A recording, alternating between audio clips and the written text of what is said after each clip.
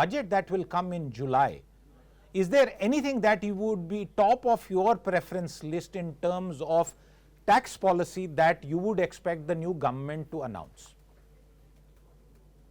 In my view, the tax policy should continue to avoid uncertainties, have a stable tax regime, which you alluded to earlier, focus a lot more on still further improving compliances, ensuring that smaller taxpayers are less and less burdened with compliances, and provide an enabling environment for businesses to prosper. I think that itself would generate a lot more positive growth, and I would say address the inequality question, which is a real question, but that is a much better way to address it in my personal view.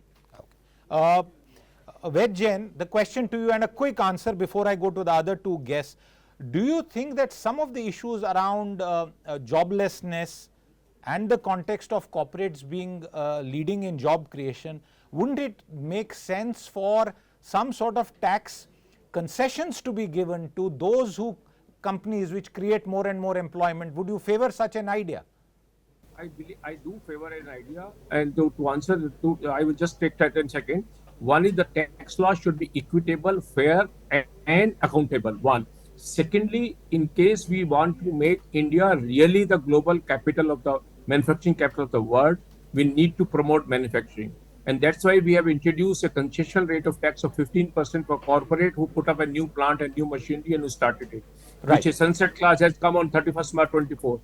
I am of the view that in case India has not become now manufacturing capital of the world, it has to become, and that's why we must encourage those who want to set up industry, etc., because they will generate employment. At the end of the day, taxes are levied for the help for the society. Okay. In case the purpose of society gets served by putting up more manufacturing plant, more employment, that is a much better way. And that's why I say corporate tax rate for new manufacturing should be 15% with lesser burden of compliance, transparency, equality, and accountability with the tax administration. Rajeev Mantri, the same question to you before I let Professor Kumar have the last word. Quickly, one point that you feel should be addressed in the upcoming budget.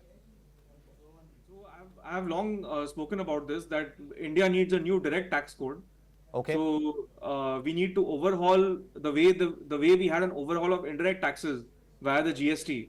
We need to overhaul the direct tax code. We need to have a new code for personal income tax, even for corporate income tax, etc. Fair point. Fair point. Professor Kumar, complete. That's just to complete 5 more seconds. That's just not for in terms of the rate changes or anything, but in terms of how capital assets are taxed and certain anomalies and kind of outdated aspects exist there. So those should be reformed. Fair point, because there has been a move to take away all exemptions and move towards lower incidence. Professor Kumar, that final question to you, 30 seconds answer. What would you want from the upcoming budget as far as tax is concerned? So, the taxation should enable the problems of the economy to be sorted out. The problems are joblessness. The problem of joblessness will not be solved by the corporate sector because that only employs 6% of the workforce. 94% is in the unorganized sector. Unless you promote the unorganized sector in a big way, employment generation will not be buoyant.